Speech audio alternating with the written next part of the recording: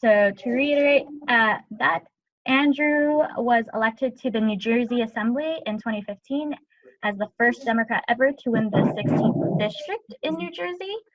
And so I will let you take it away. Well, thank you. Beyond thrilled to moderate this discussion. I'm also the first physicist ever elected to the New Jersey Legislature. And looking at the bios of everybody who is on the panel, I have both experienced loss. I ran for Congress in 2014 and was not successful, though I lost less worse than anyone ever imagined. And the following year was the biggest upset in the state of New Jersey when I did won into the lower house of the legislature. 34,000 people came out and voted that year. I won by 78 votes. Every vote genuinely matters. Yeah. And I won, in the introduction of me, I was the first Democrat in my district's history, but I won because of my scientific background. I won because enough unaffiliated voters and enough moderate Republicans said, I would like to see a scientist in office more than I care about political party. And I think that's key. And I have been talking around the country to many people who have a scientific background and are interested in running for public office. And I can only say to anybody out there who is thinking about this, please, please, please, at any level of government, we need you now more than ever, but we need scientists and engineers to run for office, to win office, and to help inform public policy. So with that, I'm going to open it up to our panelists who bring a wide range of backgrounds and experiences to this. And I think the first question to ask is the one that I know personally for me was the most difficult, which was to make that first choice, was to decide to take a risk that most scientists, most engineers would never ever take. And so I'm curious, why did you take that risk? How big of a risk was that for you personally? And how do you feel about that? And anybody wants to go? I don't know if we want to go around the room, so to speak, but if we want to go alphabetical, but anybody who wants to jump in on that. I will simply say, as you're deciding who's going to speak first, this was the hardest decision for me, was to decide to actually do this and put myself out there and be judged in so many different ways that we are not used to being judged. But please, take it away. Well, I'll jump in. This is Tepring Piquado. I ran for California State Assembly. It would represent the area of UCLA and Culver City and Crenshaw, if you know that area. I was a science fellow placed in the Sacramento State Capitol for a year, 5 or 6 years before I ran. And so I sort of understood the intersection of politics and policy, and truly believe I could make a difference. So while it took a lot of courage to take a leave of absence from my job and lose some of my income, the thing that I had to overcome more than the income component or the fear of the campaign component was the fear of loss.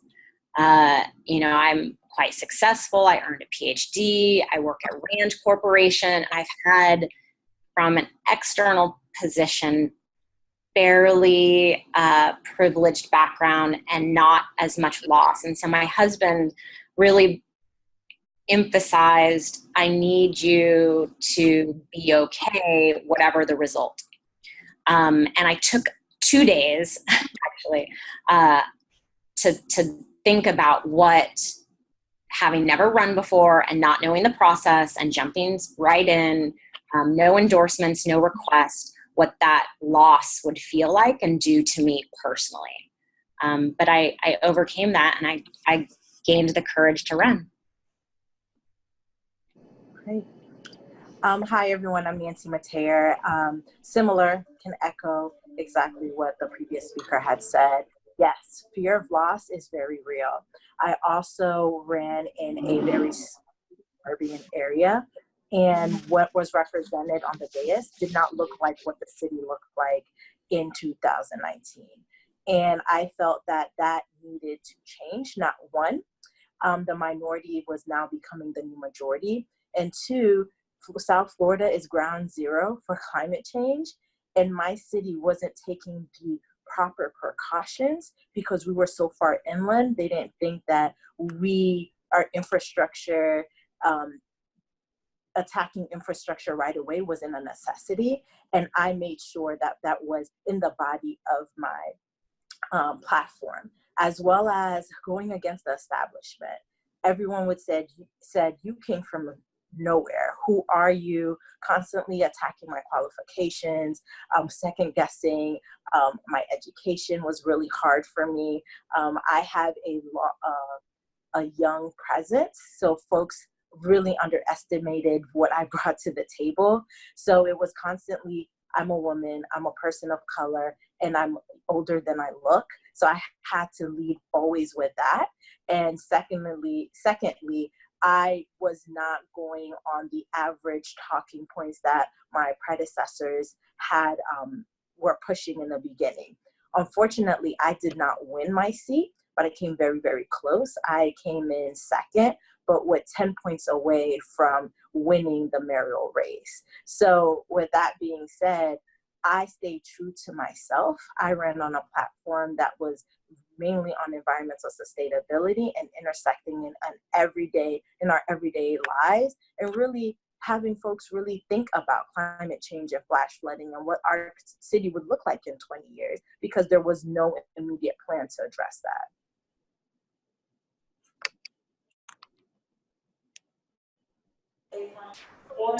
All right, bear with me here a little bit. I'm at the airport right now. Actually, my flight boards soon enough that I had to go through security before this. So any announcements that happen, hopefully they don't interrupt me, and I'm going to try to stay on mute as long as I can. But I'm Hallie Thompson. I ran for Missouri 4th Congressional District's Democratic nomination back in 2018. And the decision to get into that race, I don't think that I'm being dramatic when I say it literally took me years to make. I was the National Association of Graduate Professional Students Director of Legislative Affairs in 2015. And I also was at the helm of the Graduate Professional Student Body. I was their president at the University of Missouri during that time as well. And we went through a lot of growing pains at the University of Missouri. We had graduate students lost their insurance during the fall of 2015. We had demonstrations happening across campus for all kinds of issues, including race, including Planned Parenthood, and the university's support and non-support of that. And so my leadership was really tested at that time. And that's when I started thinking about running. As a scientist, prior to that, I had never, ever thought about running. This wasn't something that had crossed my mind, except for when I was 5 in kindergarten, but we all have crazy dreams when we're 5. Maybe not so crazy. But I think that the thing that really changed my mind was having someone seriously have a discussion with me and say that, you know, we need a different perspective. We need someone that has been part of the community, that has had these experiences, that has worked with people, but also that comes from a different background. That background being, you know, looking at evidence and doing, you know, going through the scientific process and understanding, you know, how important, you know, understanding the landscape is to making a good decision.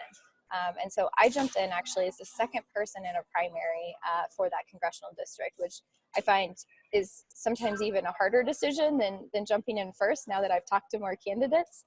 And I did it because I wanted to contribute to the conversation.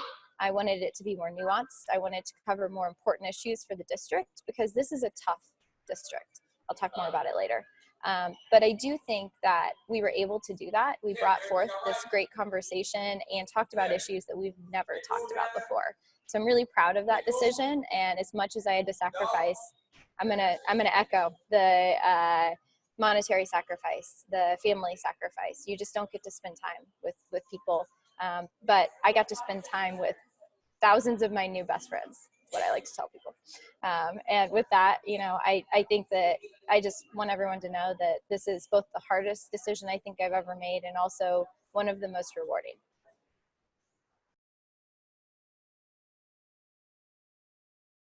Hi, everyone.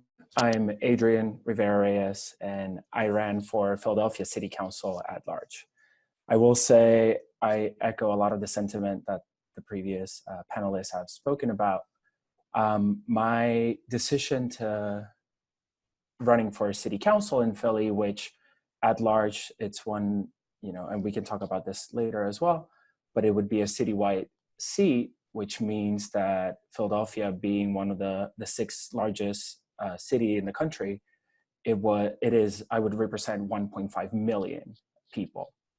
So there's definitely a huge monetary cost to a race like that, where you need to be everywhere, all over a city like that. So that was one of the first few things that I remember thinking about and being like, how am I going to go from grad school, by the time I decided to do this, I was finishing my PhD and writing my thesis. So not a fun time.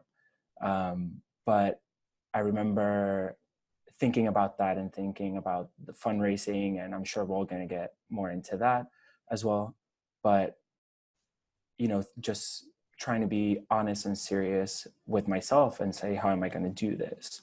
And the push for me to do this came from a dear friend who also ran for Congress in 2018.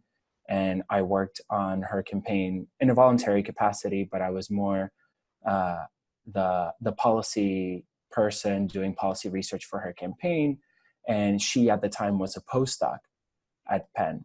So I was able to, you know, based on her example and how she did in that race, and, you know, having her as a close ally, advisor, and friend pushing me to doing this in Philly, I was able to also leverage with my thesis advisor a short transitionary postdoc during the campaign.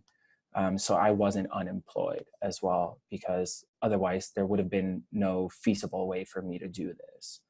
And so doing this incredible race, like Hallie mentioned, it requires a lot of sacrifices. You don't see your family. Most of my family live in Puerto Rico as well. So there's also that barrier. But it was absolutely one of the most rewarding, if not the most rewarding experience I've had. And I am very open to talking more about it. But it was also crazy. One of the considerations that I had, or I guess didn't have, was that when I decided to run, I realized I really didn't have anything to lose, but everything to gain. So when I put that on a balance, right, it's a no-brainer, or it was a no-brainer for me to be like, well, let's just be bold and courageous and do this. And the primary I ran as a Democrat. The primary was this past May, because we have local elections in odd years. And it was just an incredible and very rewarding experience. So I'm going to leave it at that for now. I think that's excellent. And, you know, the commonality of both challenging and risky, but rewarding, I think is true for all of us. Adrian, why don't we flip the order, since you went last, make the next question for you. We'll go first. We'll just reverse the order of everybody. And it's a two-part question. And you talked about, and let's dive into some of the parts of campaigning, which is so, right? Because we also heard you can meet 1,000 of your new best friends, and you do come out of your comfort zone. You meet people from all walks of life, unlike anything that we may see in our laboratory or in our academic settings. So, two-part question to everybody. First, what was the hardest part of campaigning for you personally? And second, how was your training and your background in science an advantage? So to answer the first part, what was the hardest part for me personally? The thing that scarred me the most, it was fundraising. It is very isolating. You're in a room with someone from your campaign, just calling people, and, you know, asking them for money, and people you've never met. And it's just part of how our system is set up and what we have to do in order to be able to have a campaign. It did get much better towards the end, but just to provide a little bit more context as to why this probably was so excruciatingly painful for me, which everyone in my campaign will tell you, the last month I was super on point and killing it, and but it took practice. But this race, so for city council at large in Philadelphia, there are 5 seats reserved for Democrats because that is the majority party. This was the second most crowded race in record thus far this year, 2019, and there were 28 people running for 5 seats, right? So everyone gets 5 votes. Ballot position matters. So, you know, everyone gets 5 votes. So you're calling people, let's say 5 months or 2 months, 3 months before the ballot position is due, which was mid-March. And no one wants to give you money because 1, you're new, 2, we don't know ballot positions, and 3, it's an extremely crowded race. So no one knows what was happening. So earlier on, and I'm sure we'll also get more into this, but I had to use a lot of the things that differentiated me as a candidate as part of the narrative, especially when going into places. And of course, scientists was one, especially in, and this goes into the second part of the question, or the second question, especially in all communities, actually, in more where communities where they are wealthier and have higher education degrees. It was a very interesting experience for me because I come from a very working class background, and this has never been the environment I had been in until I came to the University of Pennsylvania for my PhD. And so there, because I was already the youngest one, I was 26 while running for city council, I had to play up the doctor part. You know, I was the scientist in the room, and yes, I'm the youngest one in the room, but I'm also the only doctor. And if you elect me, I would be the first ever doctor elected to city council in Philly, and the first cancer biologist, and, you know, and many other aspects of my identity. But then in other rooms that were Philadelphia, if you don't know, is the largest, poorest city in the country. So in spaces like that, where it's a high poverty rate and, you know, people are just struggling to make ends meet, it was more, you know, they appreciated and saw that, you know, with me, because I was also young, a lot of them could see like, wait, so like this kid did it, then that means my children can too. And that's what he's fighting for. So definitely people reacted almost 100%. I know we're scientists, we don't like absolutes, but the overwhelming majority of people reacted very, very positively to the fact that I was a scientist, that I wasn't part of the inner political circles, that I wasn't a lawyer, and that I was going to bring this more evidence-based mentality into policymaking. And so those were always things that that caught people's attention, and that we as scientists can leverage in so many ways as well throughout a campaign.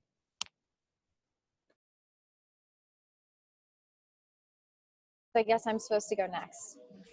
Okay, so I knew these questions were going to be really hard. It's really hard to synopsize, you know. For me, it was 10 months of my life and campaigning. And thinking about the hardest part is honestly overwhelming. But I just want to highlight, I had a conversation actually with my former campaign manager in the car on the way to the airport. Full disclosure, I needed some like bounce ideas and figure this out with her again.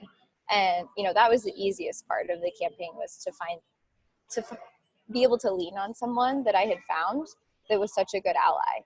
And I think that pairs really well with, you know, what Adrian was saying about the hardest part, and what I really thought was too, is that's asking people that you don't necessarily know, that don't know you, maybe don't trust you, think you're too young, think you're naive, asking them for trust and money and to invest in your campaign, whether that be time or money. It's a really hard ask. The money ask in particular is really hard. For me personally, I have a fraught relationship with money.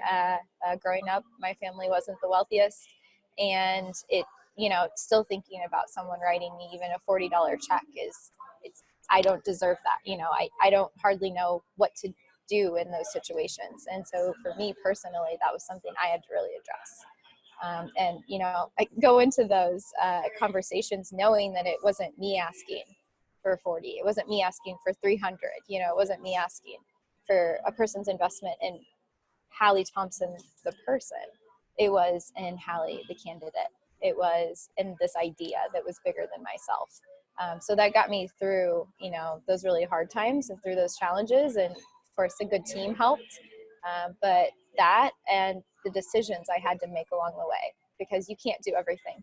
Especially the place I ran is the 4th Congressional District in Missouri is not the biggest congressional district in Missouri, but it's big enough that it's a bit intimidating. To drive across the whole thing is about 4 hours. It's 24 counties, 750,000 people, and there's a ton of small little towns that all have their own unique ideas and leaders that you need to get to know. And so deciding where to go, when to go there, who to meet, and places to really focus my time, that was really hard also. And I was only supposed to pick one. Sorry, I'm breaking the rules already. Being a scientist, though, was a big advantage, I think, in some of those decisions, actually, and strategizing for the campaign, because, and I just saw someone ask a question about this, and I'm going to partially address it already, is when you're starting a campaign, I find that to be one of the hardest things, is those decisions you have to make. Where am I going to go? Why am I going to do that? What kind of votes am I looking for? Who do I need to talk to get those votes? And making those strategic decisions with the evidence that's available becomes much easier if you have a framework.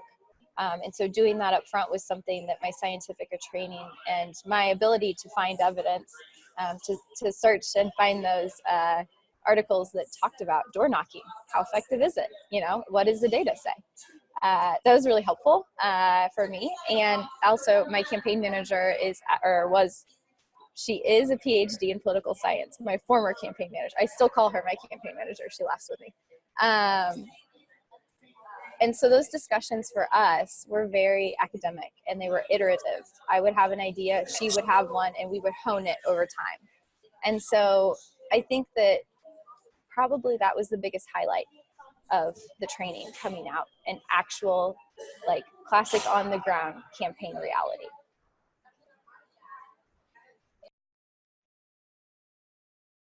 Wow, that was great.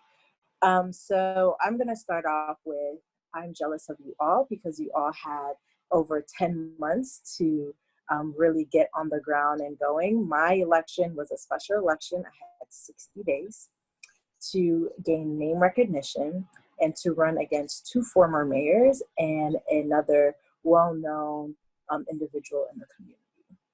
So I was already up for failure in terms of what my community and what the establishment had said. Oh, who is this person? This person came out of nowhere. This individual will not win. So not only did I have 60 days, so imagine you all 10 days, she's doing that 3 times as quick. So I had no sleep. I didn't see my family. I literally slept for 2 or 3 hours a night. That was my life for 3 months. and fundraising on top of that, and knocking on doors, and being at everything I needed to be at to make sure that, to show people that I was a serious candidate. And at the end, fundraising was not my challenge, because I was able to raise at least 30,000 within my network, right? Because these are people who believed in me, who said, listen, I support you. And it wasn't like I was asking for $50, $30, $100. I was asking for $20.19. And if that resonated with people, that was doable, and people were willing to give that to me. But my hardest challenge was my time frame. And being the youngest on running, being the only female was hard. When I knocked on doors, people were like, why aren't you married yet? Do you have children? Like, I would get questions like that, especially from the older demographics, because that was important to them. Family was very important to them. And I had to, again, change that narrative and say, family looks different now. I'm still young. I live with my parents, and there's 2 generations in my household. So really pivoting all of their concerns to a positive for me. What worked well for me as a scientist is that I use data sets, just like Haley had mentioned. I use being able to read data and use that to my advantage. I said in 2050, if we don't do something now, our city will be underwater. What are we doing? Like, using the scare tactic and showing them data sets to prove my point. So I can say all the things that I wanted, and but I had the data to prove it. I also was able to get my opponents to pivot from a lot of their talking points to start speaking about environmental issues in our area. So I thought that was a big win for me, and using me being authentically a scientist and environmentalist helped me, because it pushed that narrative. It pushed them to think a little bit more and more in depth about what it means for our city to be sustainable. Great, thank you. I also ran in a special election. I had 3 months, and during the special election, it just so happened that it overlapped with the midterm elections, so the primary and the general. So while I didn't run, I stopped raising money, and I did whatever I thought was reasonable for like stopping my election. I actually got in second place 3 times. So second place in the special, second place in the primary, and second place in the general. The hardest aspect of running for me was not fundraising, although that is uncomfortable, was actually not having control of all the pieces that I typically have control of as a PI now in my position, or a professor now in my position. I had a great team, and had I had a little more preparation, I probably would have selected teammates that were a little bit more coaches, and instead they were more bosses, or at least my main consultant. And I think he was exactly what I needed at the time, but I really needed explanation of like, okay, so you're telling me knocking on 80 doors today is going to translate into, how am I going to get 50,000 votes? This doesn't make any sense to me. So some of the exercises that I did, the fundraising, the interviews, the synagogues, the churches, the walking in the neighborhoods, the community groups that I went to, the Democratic clubs, those were all designed for me, not with me. And I think that was my hardest challenge, of just letting go and doing sort of what I was told, speaking on my own behalf, and not knowing necessarily the mechanics behind the machine. So that was my biggest challenge. But going back to what the second part of it was, using my scientific background, an aspect of that is sort of knowing your audience and knowing how to write, in this case, how to speak in front of different networks of people. So that was a strength.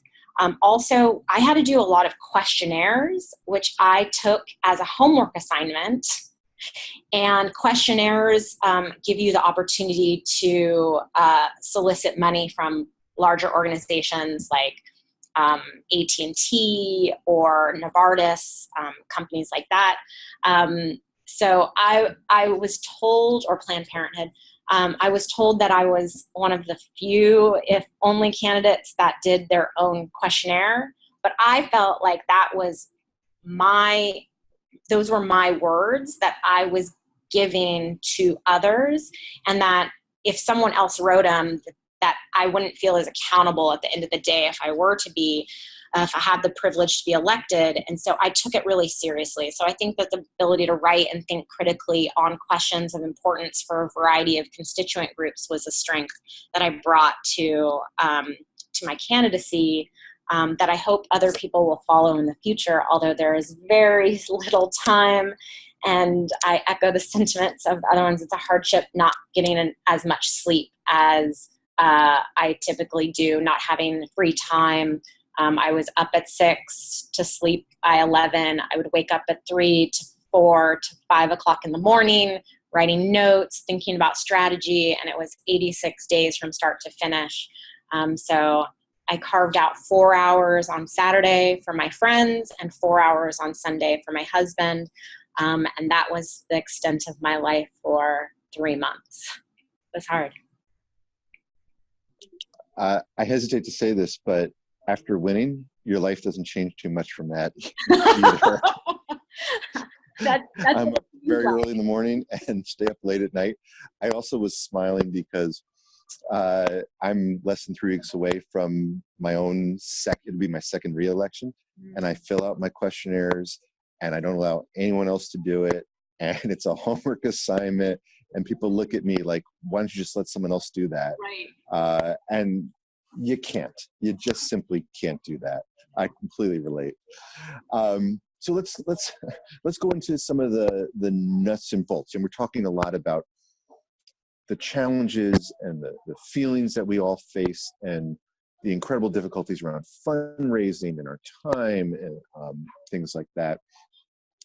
But you made the decision to run, and often the hardest decision after that is, well, how do I do this? How do I assemble a team? You talk about control and advisors, and we'll reverse the order again and just go back the way we were.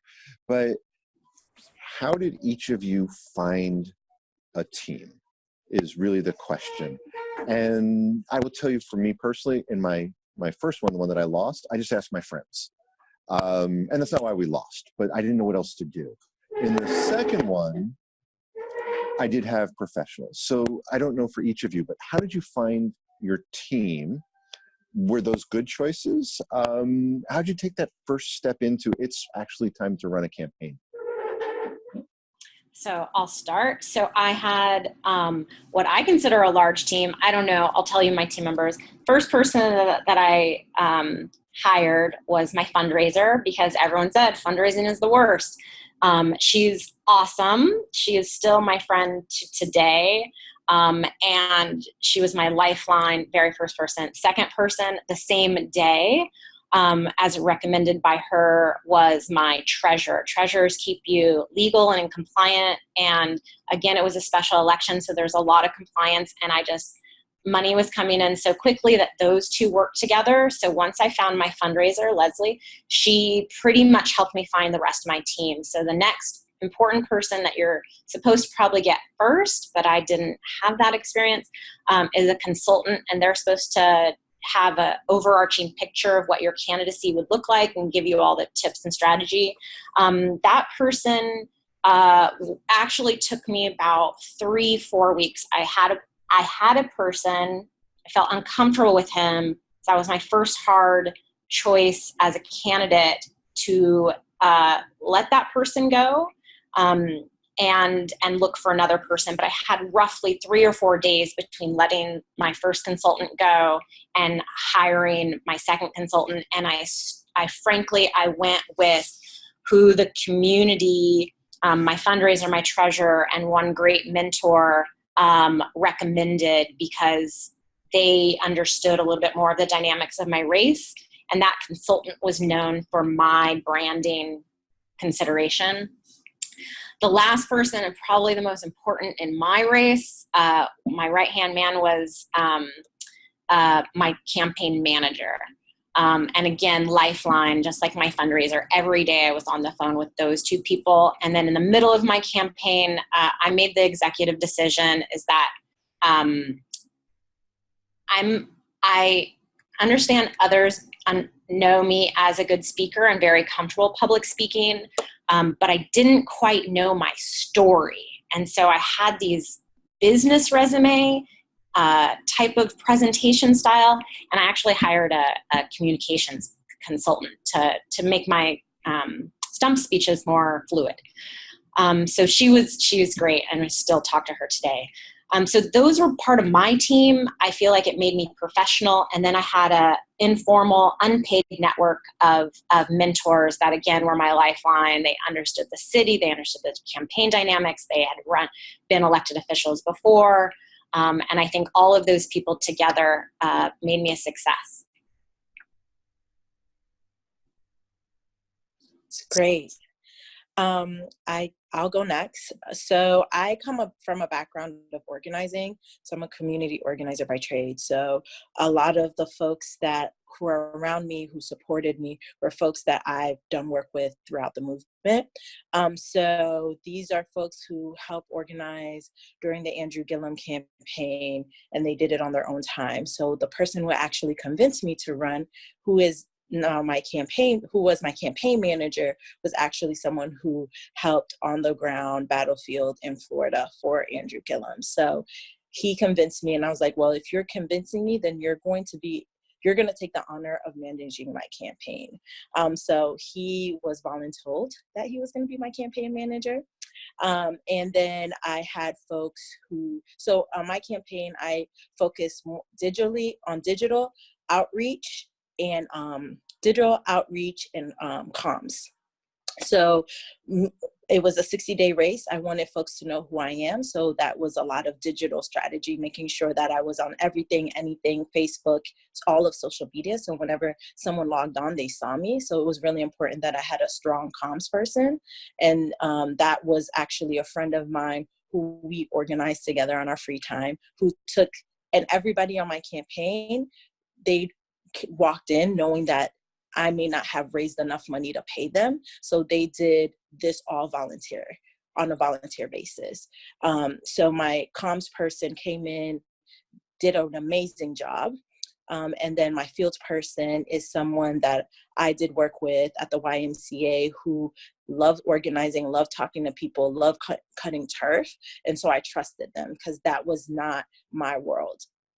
And lastly, my outreach person was someone who also lived in Coral Springs, who I went to high school with, who made sure that they understood, because I went away for school and came back, they were able to tell me where the places were to go, who I should be speaking to. So they helped navigate me in certain circles that I need to be able to speak and be able to sway votes from. So making sure that not only was my team like a family to me, because I eat, breathe, and sleep with them, literally, but making sure that they also held me accountable and understood what my core values were. So going into the race, I made sure that I listed what I would not budge around, who I would not take money from, because as an organizer, I knew what those impacts were to the community that I wanted to make sure was heard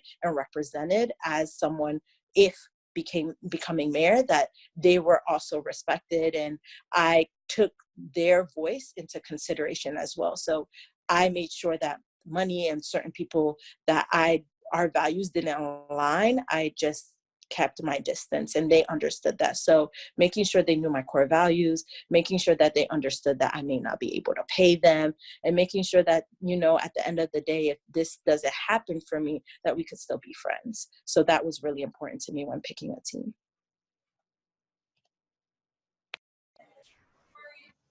So some pretty big similarities to you, Nancy, actually. So just doing a lot of community organizing here in Central Missouri and being involved with the local party, actually with the local Democratic Party at the county level.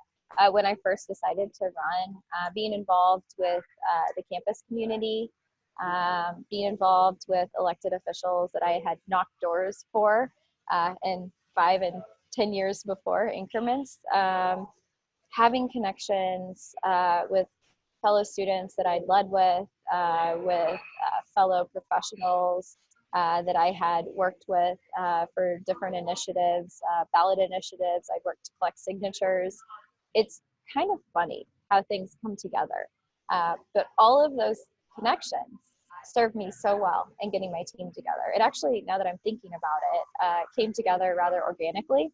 I told one person I was thinking of running, and I told her she could share it. So she told everyone. And then before I knew it, we had a 7:30 a.m. coffee meeting, and there were 8 people there and me. And we had espresso and croissants and hanging out and planning the whole thing. And this was 6 months before I declared. And so I didn't adopt my team. They adopted me, which was kind of weird.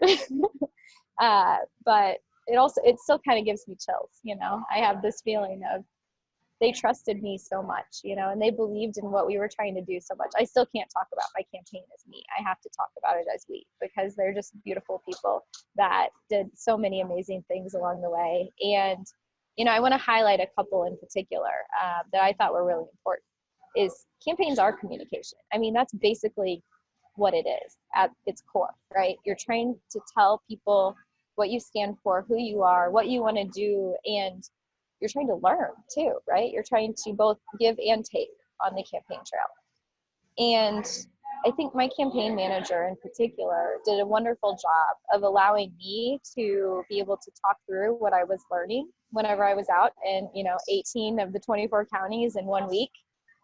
There's a lot of decompression that has to happen. And she was able to talk things through with me and record the really key items and make sure that all of this was stored somewhere for later so I could talk about it, so I could review it, maybe even bounce it off of her again and turn it into a speech.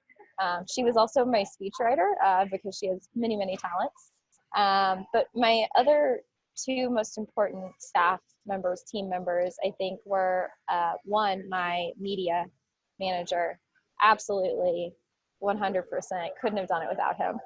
He knew everyone already was a media professional in the area, and so could just send a quick note to folks he already knew and my stuff would be in the paper.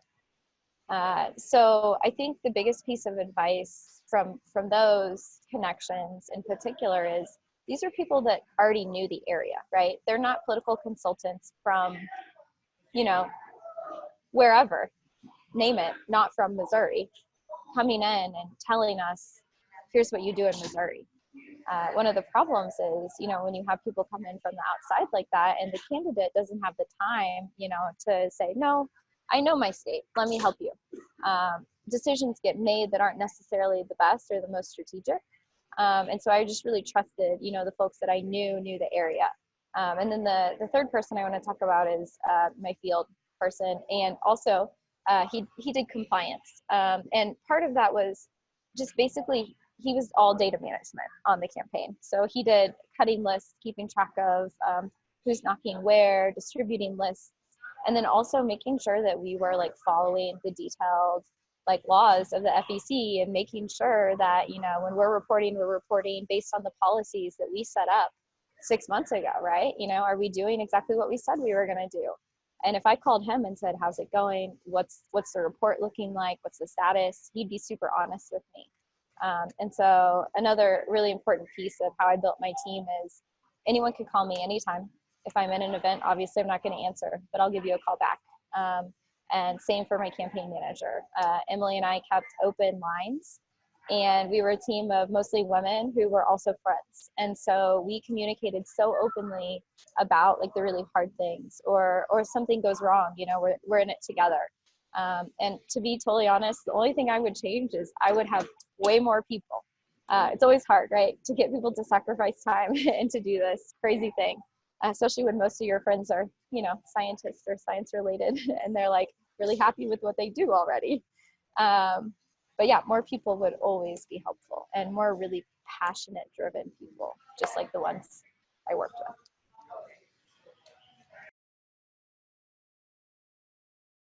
So I guess similar to Nancy, because of my involvement with Molly Sheehan's campaign for Congress and the circles that I was already a part of in Philadelphia, I was very ingrained with the organizing community. So the first person that came into my campaign, again, I want to put things into perspective.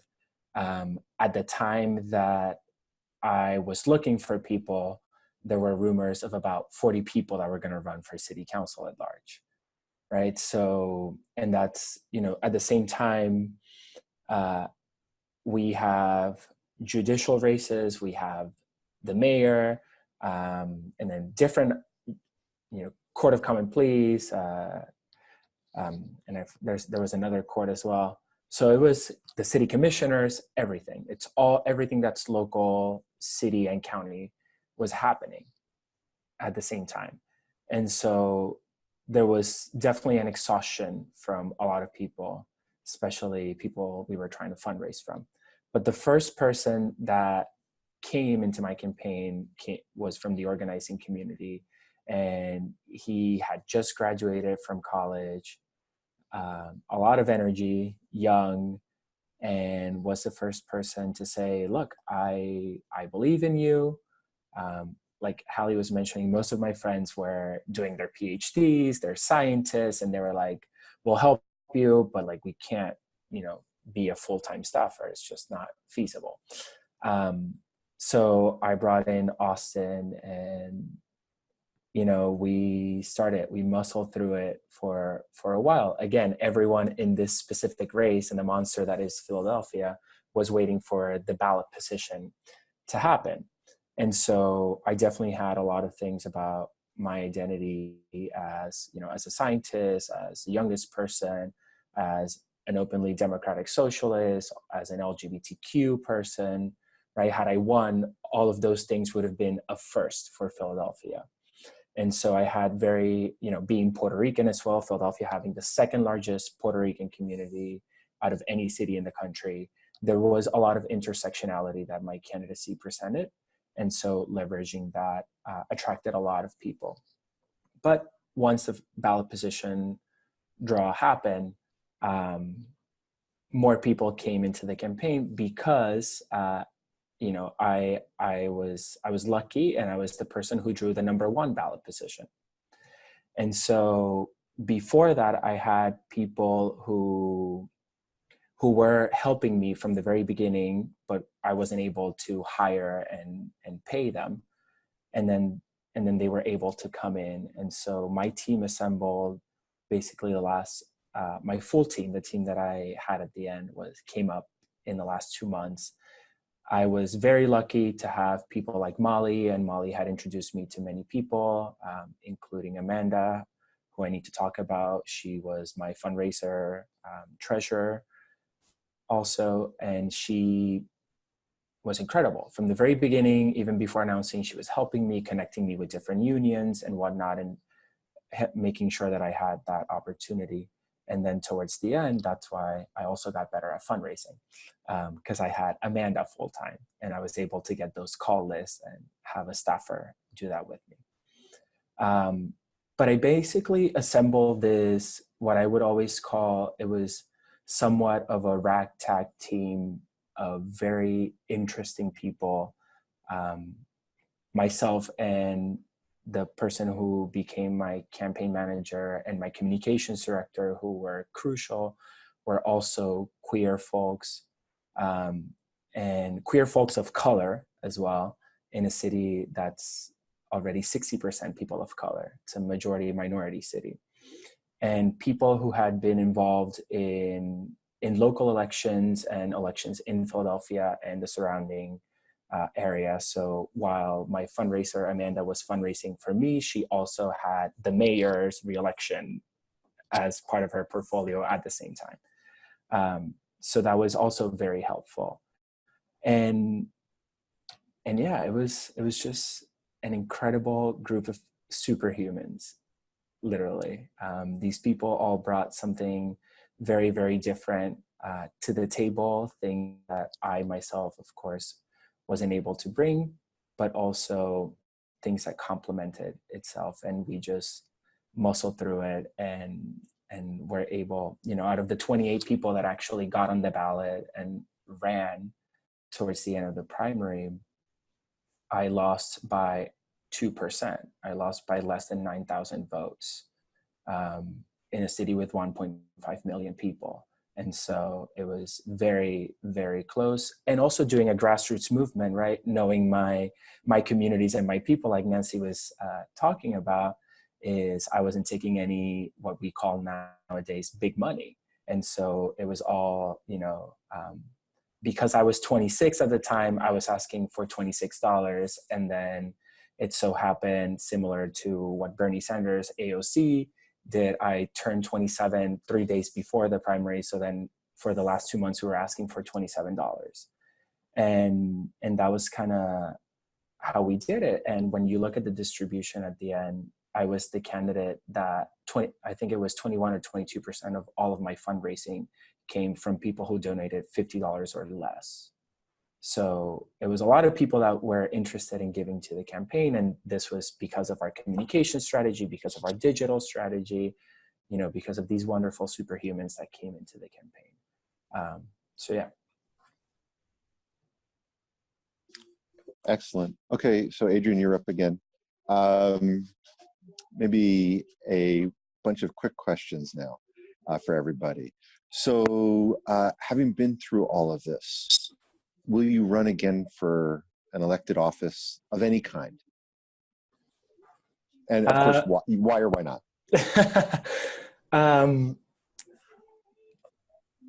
Yes, I am open to the idea. I will say that once you do this, if you do it well and you show people what you're made of and people are still interested in you as a candidate, they're going to start pulling and pushing you in a million other directions. And that's exactly where I'm at right now, is everyone, you know, many communities that I connected with, that I intersected with, that supported me, you know, are pushing and pulling me to make sure I stay active and visible. Because, you know, the truth of the matter is, next time, even if there's 28 candidates, because I already did this and I was almost able to get in office, I will be running with much more name recognition. And still, it would be historic in so many ways. So a lot of those communities, the LGBTQ community, the Puerto Rican community, right, they really want to see someone like themselves in office. So it is a consideration. And if people in a few years want me to do it again, then, you know, if they want it, I will abide.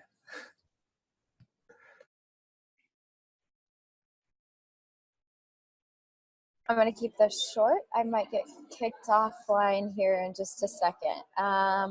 So yes, I will run again. I've already been asked to run for like 30 different seats. It's a little excessive. But that's because, so we lost by 1.7%. We weren't supposed to win, like at all. And I ran for about half the time and had about an eighth the money. So per vote, my votes were much cheaper. We engaged many more people. We ran a different kind of campaign. We showed that it can be done. And I think a big part of this, I'm going to plug this really quickly because I haven't gotten around to it, is talking about the kind of science we do, specifically engaging with folks that you're talking to on the campaign trail. So for example, I am an agriculture scientist. I look at how corn responds to drought, and I live in Missouri. It's a perfect fit, you know. I ran in a rural district. I talked to a lot of farmers. I talked to a lot of academics. I talked to a lot of teachers. I have commonalities with all of them. I talk to a lot of people that have student debt. I talk to a lot of people that have medical loans. I talk to a lot of people, and, you know, I have things in common with all of these people. And I think that like being a human that can connect with people in your district, that can really have those conversations, people remember that, and people want to talk and update you and understand what you're doing in the future. And it heartens me when I get phone calls from people that I just randomly met in St. Clair County, Missouri, and they want to know how things are going and what I'm doing next. It's a really hard question to figure out. I think it's almost as hard to decide the second time what you're doing as the first time. I almost ran for Senate District 19 for state Senate here in Missouri this year because we weren't sure if anyone else was going to run. And this is close to my home where I grew up and where I currently live. But instead I'm serving as a treasurer for one of my dear friends who is running and helping her with her campaign. So I guess my biggest takeaway from this is you have a lot of power now. No. You have a lot to give. Hey, there you go. We lost you at power. You have a lot of power, and go. Oh no, oh no. Okay, wait. Let someone else talk. I need to change my internet. Nancy, you're up. Okay, I guess I'll go. Oh, yes. So yes, absolutely. I would run again because there's so much at stake, right? And I don't know anybody's political affiliation on the line, but I just feel like our generation and the generation after us are going to carry the burden for everything that is being done right now, right? And we can't just sit down and just let that happen. So I do have aspirations of running again. Maybe local, because I feel like that's what impacts us the most. So you all will see me again, hopefully in the near future. I'm last up. You never know what the future holds, but I have actually crafted out the career of my dreams since running in 2018. I am Chief Policy Director for a nonprofit that interacts with the elected officials in Sacramento.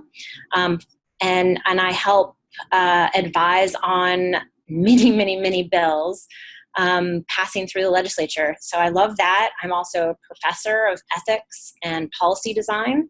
And my other arm of my research career of my dreams is a PI researcher doing policy oriented research. And I'm a neuroscientist by training, so thinking about traumatic brain injury, especially for vulnerable populations, including our military service members. So I won't rule it out, but right now I'm really happy with the career of my dreams. Perfect. Okay, so advice for people who are listening and thinking about this, right? So 1 or 2 minutes, what's the best advice now that you've been through this to offer someone who's thinking about doing it for the first time? If I were doing it all over again, I would have joined my Democratic clubs in the area and gotten to know the people that are influencing those decisions from the California Democratic National Committee, and learning the stakeholders that participate at the larger levels in the process. So I would say get to know your local Dem Club members and those stakeholders.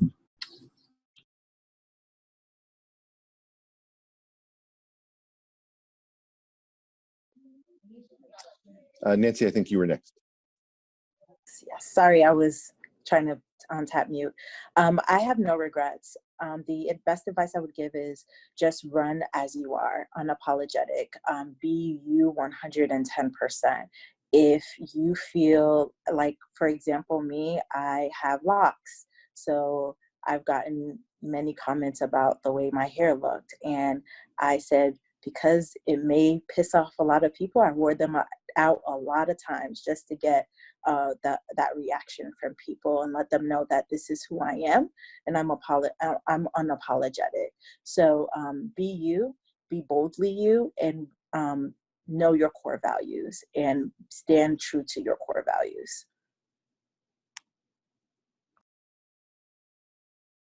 This is really hard to say in 1 to 2 minutes. So I just want to let everyone on the webinar know that they can get a hold of me. I'd be happy to share my cell phone number and my email because there's a lot of advice. And I think one of my biggest regrets is actually like not being able to share that advice more broadly. Like I want to be able to share it more because, oh, I learned so much. But I think maybe the broadest and most applicable for everyone might just be kind of doubling down on that, being yourself and knowing like where you can make a statement, where your experience can make the biggest difference. So just a quick example is I went to Farm Bureau meetings all across the district. And, you know, that's somewhere like anyone could go and hang out and have political conversations, but I specifically grew up on a farm, work in plant biology, understand like the actual field, not to mention the scientific field. And so it was a place where I made allies with really unexpected people. And I think understanding that, you know, you might be uncomfortable for a little while and it might be hard, but those conversations that made you uncomfortable might have made that person's just day, might have made a change, might have helped them to understand something that they've been struggling with. And I think that's really important to understand that like you're doing a lot when you're out there, like really being vulnerable and being you. And for me, that was through plant science and agriculture and through being, I'm pretty gregarious as far as like just going out in the middle of a room and, you know, everyone is someone I want to meet. And so I leveraged that by going into different places. And so if that resonates with you, go do it, you know, whatever resonates. You know yourself best.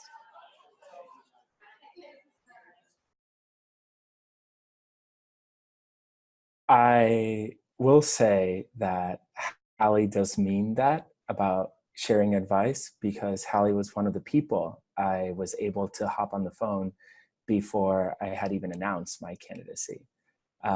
And something that I remember she told me was, she told me this story about her and how there were moments where things are going to get tough and there's going to be that opportunity, you know, or the potential for, you know, for one to do something that goes against your own values and principles, and to make sure that I, you know, held dear to those, and we did. And, you know, one of the biggest compliments I've received from a very beloved friend, he called me indestructible, and he said, you wrote down what you said was important to you, and you stuck to that, and that's why people were able to see that as well. That translated into the entire campaign. So make sure that, you know, you are unapologetically you. It's a hard word. Spanish is my first language. But that you are you, and that you hold, you know, your values and principles as the guiding light for yourself and your campaign, because there will be moments where you know, it's going to get tough and you're going to have to make hard decisions, and it's all, you know, circles back to you as the candidate. And something that I think is always important if you decide to do this, I mean, if you want to do it, I encourage people, go for it. You know, be bold, be brave. Things will never change if people like us from, you know, these very different backgrounds don't do it. I always gave time to what people in politics like to call the little people. And I saw that translated a lot into getting more access to specific communities that tend to be closed off, especially when they have these, you know, characters that come and they're like, oh, I'm running for blah, blah, blah office. And so, you know, understand that, you know, the voters are what matters the most, and that you have to give them the time. And yes, you might need to, you know, give time to the people that are going to give you money, but at the end of the day, you need the votes, right? And the money is just a tool for you to be able to spread the message in order to get the votes. So yeah, so be true to yourself, and and make sure that you are you and that people see that. And I assure you that with the many, intersections of my identity, there were places where I was scared of walking in, and I was like, you know what? Like, this brown queer man is walking in the room and I don't care. And this is what you get. And, and that was at the center. I was also not born and raised in Philadelphia, and to a lot of people, that was the first thing I would say in my stump is I was born and raised in Puerto Rico, right? And it was out of the way. I never hit it, so it never came up. And so be you and show people who you are. Okay, last question. It's the hardest question. One word. That's all you get. And so I'll ask the question and then I'll talk for a minute just to give you a chance. But it's one word to describe your journey, your political journey so far, in one word. And while you're thinking about that, I will say to each of the panelists and to anyone who's thinking about running, it is the most, I agree with what we've heard, the most rewarding, exhilarating, terrifying, beautiful experience. I never in my wildest dreams thought I'd be an elected official. And the depth of the experiences are incredible. I give a talk now, because I have to combine my politics and my science, so we gotta have PowerPoint slides for something, called The Physics of Politics. And I've rewritten the 3 laws, Newton's 3 laws, to be a voter at rest remains at rest unless given a reason to act. Voting is produced when a force acts on an individual. And the one we've talked so much about, for every high, there's an equal and opposite low. And that is so true. It's the most amazing emotional roller coaster. So really I want to say thank you for each of you for what you have done. And thank you for what it sounds like you are planning to do, because I don't think it's too grandiose of a statement to say that we need you in public policy. We need you in elected office. We need people with our backgrounds like this. So thank you. And with that, Adrian, one word. Exhilarating. Resiliency. We lost Haley, I think. Yeah, we did. Yeah. I'm going to break the rules already, in service to others. It counts. Just run it all together. Service. It's true. Thank you to everybody for your time. Thank you for your service. And let's go change the world. Yes. Thank you. Thank you. I wish we could end on that note because it's beautiful. But I'm going to have to wrap up a little bit with some just notary stuff. But thank you so much to our panelists. Thank you to our moderator for an amazing, a little over an hour, but that's okay. We got a lot of really good information. Everyone got their questions answered in some form. It was fantastic. So real quickly, I wanted to say this webinar is brought to you on behalf of Engaging Science and Engineers in Policy and the National Science Policy Network. So without these two bodies, we wouldn't have this wonderful dialogue and conversation. So I just wanted to do a quick plug in there. And then finally, in terms of joining the community. So if you want to get involved in science policy, maybe not running for office just yet, but getting involved, the deadline for the annual Science Policy Symposium is actually tomorrow. So this is a reminder to all of our attendees. If you haven't gone and registered yet, it's going to be a great time. It's in a couple of weeks. It'll be in Madison, Wisconsin. And yeah, and if you want to join the National Science Policy Network, just keep in touch with us if you aren't already an NSPN member. But with that, thank you again so much for all of the words of wisdom you all had. And yeah, that's the wrap up. Thank you. Yeah. Thank you. Thank you. It was such a pleasure. Thank you, everybody.